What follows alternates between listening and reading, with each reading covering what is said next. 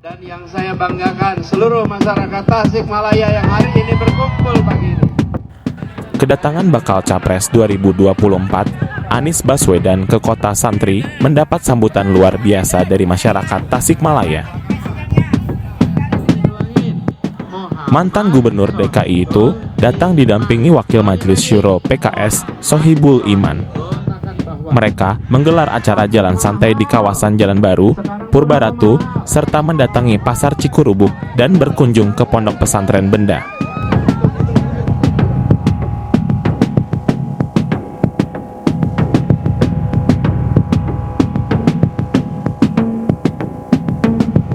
Bismillahirrahmanirrahim. Assalamualaikum warahmatullahi wabarakatuh.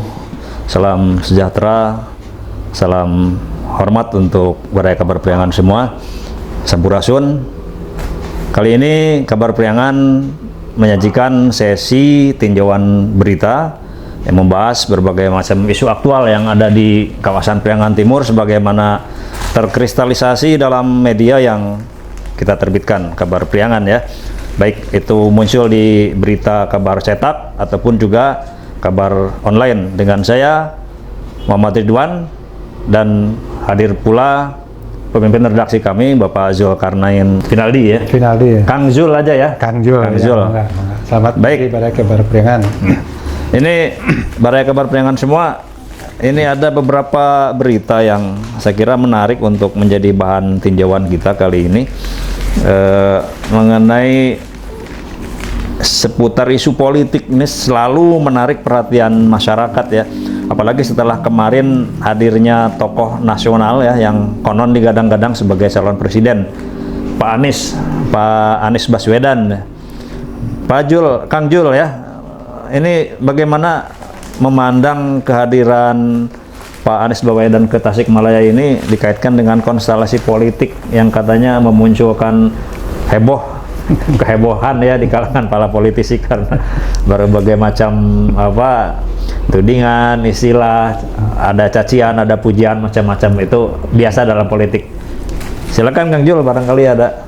Ya, terima kasih Pak Ridwan. Ini memang berapa hari ya? 3 hari ini kita disuguhi oleh, kalau orang lain dagelan politik mungkin ya. Dagelan politik ya, politik. Bisa juga dagelan ya. Kalau kita melihatnya pertunjukan politik lah, pertunjukan politik nasional yang memang luar biasa dan menyedot. Bagi kita nih, insan media tentu ini sangat menguntungkan ya, karena bad news is good news bagi kita. Nah, jadi ketika kata AHY ini kejadian kemarin bad news, nah bagi kita ini good news. Jadi berita juga sekarang kemarin beberapa hari ini alhamdulillah ya kita mendapatkan perhatian banyak ya. Kalau dulu zamannya koran dulu kita kayak kacang goreng Pak Ridwan, jadi jualan laku ya.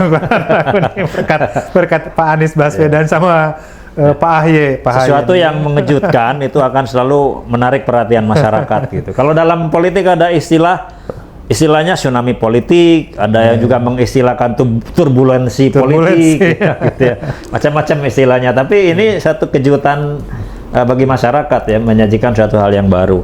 Tinggal nanti masyarakat bagaimana menyikapi adanya kejutan politik ini ya, Kang Jul. Ya betul. Nah, yang menariknya nih dampak yang di pusat ini kan luar biasa ke daerah juga ya. Kayak kita ketika kejadian kemarin begitu ada deklarasi Anies Baswedan dicalonkan dengan Cak Imin. Nah itu luar biasa, di tiap daerah semua poster-poster dicabut, poster-poster yang menggambarkan duet AHY sama Anies itu langsung dicabut oleh kader-kader Demokrat. Nah yang menarik kemarin itu bahwa ketika Pak Anies datang ke sini itu tidak ada maksudnya gini, sambutannya tetap luar biasa. Bagaimana puluhan ribu bahkan masyarakat Tasikmalaya dan juga Ciamis dan sampai Pangandaran itu tumplek di sini untuk menyambut kedatangan calon presiden ini. Jadi Luar biasa ketika gonjang-ganjing di pusat diberitakan seperti itu, awalnya kita menduga bahwa mungkin Akan ada resistensi akan, di sini. ya, seperti itu. Ternyata dukungan terhadap Pak Anies ini luar biasa juga. Kita melihatnya seperti itu. Bahkan dampaknya juga ini membuat optimistis para politisi di daerah katanya. Jadi bergabungnya Cak Imin dengan Pak Anies ini bisa berdampak luar biasa terhadap PKS nih. Bahkan ketua PKS bilang bahwa kita bisa sampai menaikkan 10 kursi. PKS sekarang di Kota Tasik kan 4 Berpengaruh ke pileg. Pileg, ya betul. Ke pileg ya. Seperti halnya ketika pemilu 5 tahun yang lalu ya, ketika Prabowo naik daun luar biasanya kan, gitu berdampak juga kepada Gerindra ya. Iya. Gerindra yang tadinya 4 kursi di Kota Tasik bisa sampai 10 kursi. Di berbagai daerah, Di berbagai kota, kabupaten, juga kota, seperti ini. Gerindra naik daun ya saat itu ya. Nampaknya sekarang juga optimisme seperti itu juga dirasakan oleh teman-teman yang dari PKS juga, seperti termasuk juga dari PKB juga Pak Ridwan, seperti itu. Jadi secara market artinya dengan masuknya Cak Imin ke Anies Baswedan berpotensi untuk menaikkan pasar ya. Secara nilai pasar memiliki nilai yang lebih strategis mungkin. Tampaknya seperti itu karena saya melihat di luar resistensi Cak Imin dengan PKB-nya dengan NU Nasdem juga kayaknya udah melihat latar belakang Cak Imin sebagai NU-nya kan. Kita tahu bahwa di dunia politik NU itu kan gadis cantik ya Pak Ridwan ya. NU itu pasar yang sangat Ya, luar jadi, biasa ya. PKB identik dengan masa NU Masa ya. NU, nah, itu. Dan kalangan santri mungkin ya. Nah iya, yang jadi sangat NU potensial. sangat potensial untuk meraih ambil suara. Baik, terlepas dari besarnya optimisme bagi kelompok Pak Anies mungkin ya, tapi tentu kita tidak bisa mengabaikan juga adanya kelompok-kelompok yang merasa tidak puas tentu dengan kejutan politik ini ya. Ya. Kita sebagaimana kita lihat di media sosial ada juga yang menghujat, mencaci, katakanlah dengan istilah-istilah sebutan pengkhianat atau apapun itu ya. Menurut Kang Jul itu gimana seperti itu? Saya begitu ngelihat ini, saya buka Instagramnya Anies Baswedan ya. Saya lihat luar biasa, banyak sekali bahkan ratusan yang menyatakan saya mencabut dukungan terhadap Pak Anies Baswedan di IG-nya seperti itu. Tapi kalau kita melihat ini kan hal yang biasa ya, kejadian seperti ini. 5 tahun yang lalu atau 10 tahun yang lalu ketika Prabowo juga dijanjikan oleh Ibu Mega dulu di perjanjian batu ya kalau nggak salah waktu itu kan. Ketika Prabowo dicalonkan mau jadi wakil berdandangan dengan Ibu Mega, ada perjanjian kan, nanti pemilu berikutnya PDIP akan usung Prabowo. Ternyata 5 tahun berikutnya PDIP usung Jokowi ya, seperti itu. Nah ini juga kan kejadian hal yang sama ya. Artinya dalam dunia politik hal itu harus dianggap suatu hal yang tidak aneh ya, tidak aneh lagi gitu. Makanya ada istilah kejutan politik, tsunami politik, turbulensi politik gitu ya. Jadi artinya masyarakat tidak lantas harus melakukan bully secara ekstrim gitu ya. Artinya, tidak puas mungkin hal yang wajar gitu ya. Tetapi tidak memunculkan verbalisme yang katakanlah kasar sampai memunculkan black campaign. Saya kira masyarakat kita sudah dewasa saya kira. Apakah yang itu hal-hal seperti itu berpengaruh terhadap pemilih seperti itu kan kita juga belum tahu kan apa efektif enggak. Karena di Tasikmalaya juga kan pernah seperti itu terjadi kan. Ketika Pilkada 2017 tuh. Pak Dede dulu kan. Pak Dede sama Pak Budi Budiman. Pak Ridwan masih ingat nggak kejadiannya ketika Pak Dede dijanjikan nanti Pak Budi akan cuma satu periode. Oh iya. Kan seperti Kemudian itu kan. Pak Budi malah mencalonkan lagi ya. Mencalonkan lagi. Perjanjiannya di depan notaris lagi kan, dan seperti itu. Dan Pak Budi tetap menang ya ketika berpasangan dengan Pak Yusuf. Ya, dalam politik itu tidak ada yang baku ya, meski dibalut dengan hukum ya, dengan katakanlah akta notaris atau kesepakatan gitu ya, tidak ada yang baku. Segala satunya bisa berubah dengan tiba-tiba. Namun saya mengingatkan juga ya, baraya kabar priangan semua, politik itu memang betul menghalalkan, boleh lah, bukan katakanlah seolah-olah menghalalkan segala cara. Namun harus diingat bahwa politik itu harus punya landasan, dan landasan politik itu adalah moral gitu ya. Nah, cuman dalam kasus Pak Anies Baswedan ini yang melakukan perubahan atas keputusan politik itu bukan Pak Anies sendiri, tapi yang melakukannya kan Ketua Nasdem ya, Pak Surya Paloh ya, politik, ya, yang melakukan itu. Jadi partai politik Pak Ridwan. Partai politik ya, bukan pribadi Pak. Bukan pribadi Surya Paloh, tapi partai politik. Iya. Artinya begini, bahwa sebesar apapun Anies Baswedan, tetap saja bahwa dia adalah petugas partai. Artinya dia tidak memiliki otonomi penuh untuk menentukan kebijakannya sendiri. Jadi Anies Baswedan tetap merupakan bagian dari petugas partai. Jokowi, bagaimanapun dia popularitasnya di depan masyarakat, tapi tetap di belakangnya ada yang mengendalikan gitu ya, partainya. Nah, itu kita harus pahamnya seperti itu gitu ya. Ini barangkali bertampak juga ke daerah, mungkin ke konstelasi politik di daerah, Kang Jo. Ya, saya lihat memang beberapa pengurus parpol di daerah udah bersikap terhadap Pak Anies ya. Pak Anies artinya kemungkinan dukungan terhadap Pak Anies akan berkurang dari di sisi Demokrat. Tapi di sisi lain dari PKB-nya sendiri, dari NU-nya sendiri akan tumpah ruah ke Pak Anies. Saya melihatnya seperti itu. Jadi mungkin mereka juga, para politisi lebih tahu, mungkin hitung-hitungannya seperti itu. Mungkin seperti Pak Catur ya, seperti itu. Jadi ngelihat, wah bagaimana untung ruginya dengan Demokrat, bagaimana untung ruginya dengan Cak Imin. Dan biasanya di daerah itu konstelasi politik di pusat dan di daerah itu tidak mesti sama biasanya. Ya betul. Tidak mesti sebangun gitu ya. Ya. Walaupun mungkin pada saat-saat tertentu, mungkin sekarang isunya masih panas.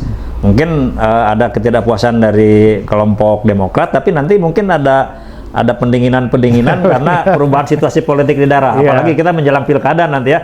Bisa saja nanti koalisinya berbalik antara koalisi di pusat dengan di daerah ya. Bisa seperti yang itu. Yang di pusat mungkin Demokrat, dia bercerai dengan Nasdem, tapi di daerah bisa jadi menjelang pilkada nanti malah ketika bersatu. Ketika pilkada berlangsung ya seperti itu.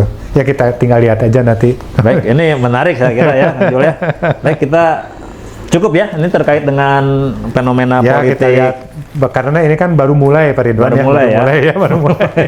Kita saksikan. Mulai pemanasan ya, kita menjelang nanti setelah pendaftaran capres apa yang akan terjadi ya, kita lihat nanti. Karena dalam politik itu selalu ada terjadi kejutan-kejutannya gitu. Ya Pak Ridwan. Baik, Baraya Kabar Priangan semua, kita beralih ke berita berikutnya, isu-isu berikutnya yang menjadi sorotan kami terkait dengan ini sekarang musim kemarau ya, yang menimbulkan banyak dampak di daerah.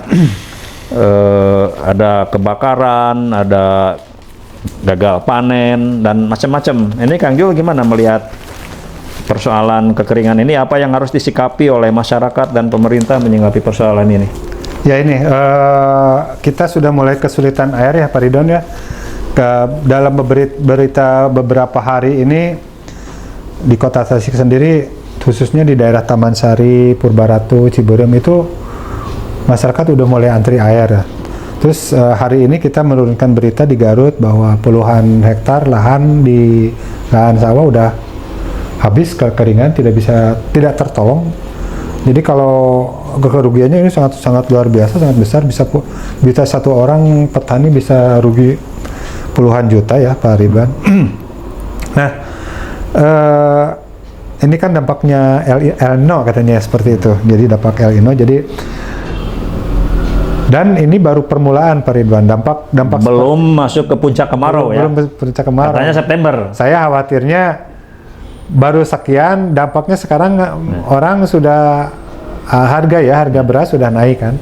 Harga beras sudah naik. Jadi nanti kita nggak kebayangkan nanti bulan depan, sekarang udah 14.000 katanya Pak Ridwan untuk yang premium, yang standarnya 12, 13 seperti itu. Malah ada yang lebih dari 14.000 katanya kan, ada sampai 14.200 katanya kan. Nah ini saya kira pelajaran juga ya untuk para petani, bahwa saya kira pemerintah sudah sejak awal mengingatkan ketika memasuki musim kemarau ya tidak lantas memaksakan untuk menanam padi seandainya memang kawasan sawah itu memang tak ada hujan gitu ya. Jadi artinya masyarakat harus bisa berhitung berhitung tentang musim ya. Saya kira para orang tua dulu sudah mengajarkan kearifan lokal, bagaimana mereka menanam gitu ya. Jadi jangan memaksakan diri lah gitu ya. Ketika pemerintah menghimbau jangan menanam padi, ganti kepala wija, ya diikuti saja gitu ya. Tapi ini ada juga cukup melipur lah, ada kebijakan dari pemerintah untuk para petani yang gagal panen ini. Kan ada pemerintah juga melalui Dinas Ketahanan Pangan Pertanian, ada asuransi petani ya. Asuransi petani. Ya, di beberapa daerah sudah mulai berlaku Pak Ridwan ya, tapi kalau di Kota Tasik tampaknya belum Pak Ridwan. Belum dijalankan. Belum, karena itu perdanya sendiri sedang di. Itu kan kebijakan kementerian ya. Betul. Jadi para penyuluh mungkin pemerintah ya jangan santai-santainya menyosialisasikan tentang asuransi pertanian ini, karena memang cuman kendalanya itu ada kuota ya, di batas gitu. Tidak seluruh petani bisa mendapatkan asuransi tersebut. Ya yang paling bagusnya itu ya petani ya berhitung saja untuk tidak menanam. Ini masih di Garut, TPA Pasir Bajing ya juga katanya kebakaran, betul. Kebakaran, bahkan untuk mengantisipasi kebakaran lanjutan, Dinas Lingkungan Hidup sudah menempatkan petugas di sana untuk mengantisipasi seandainya kebakaran susulan terjadi. Bekerjasama dengan Dinas Pemadam Kebakaran dan masyarakat sekitar, TNI Polri juga. Ini juga kemungkinan yang sama bisa saja terjadi di TPA lainnya ya. Nah, kemarin kan di Dinas Lingkungan Hidup Kota Tasik sudah mengantisipasinya Pak Ridwan dengan menyemprotkan gas ekoenzim ya. Ekoenzim ya. Jadi ekoenzim disemprot ya biar nggak kebakaran katanya. Jadi untuk mempercepat fermentasi sampah ya, jadi sehingga sampah menjadi tidak panas gitu ya, tidak mudah terbakar. Terus ini juga dampak kemarau, saya lihat juga danau situ sudah mulai mengering ya. Betul Pak. Di Sumedang, Jati Gede, saya kira pemandangannya sudah tidak terlalu indah sekarang ya. Tidak terlalu indah karena makam-makam leluhur muncul lagi ya. Makam-makam para leluhur yang dulu tergenang, bekas-bekas bangunan rumah kembali muncul.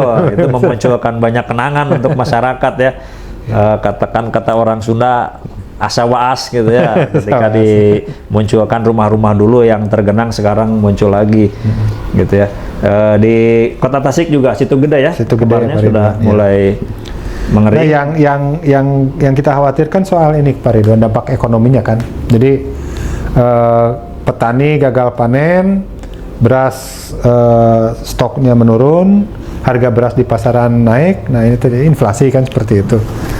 Nah, mungkin saya berpikir pemerintah sudah saatnya mengeluarkan anggaran buat operasi pasar kayak gitu.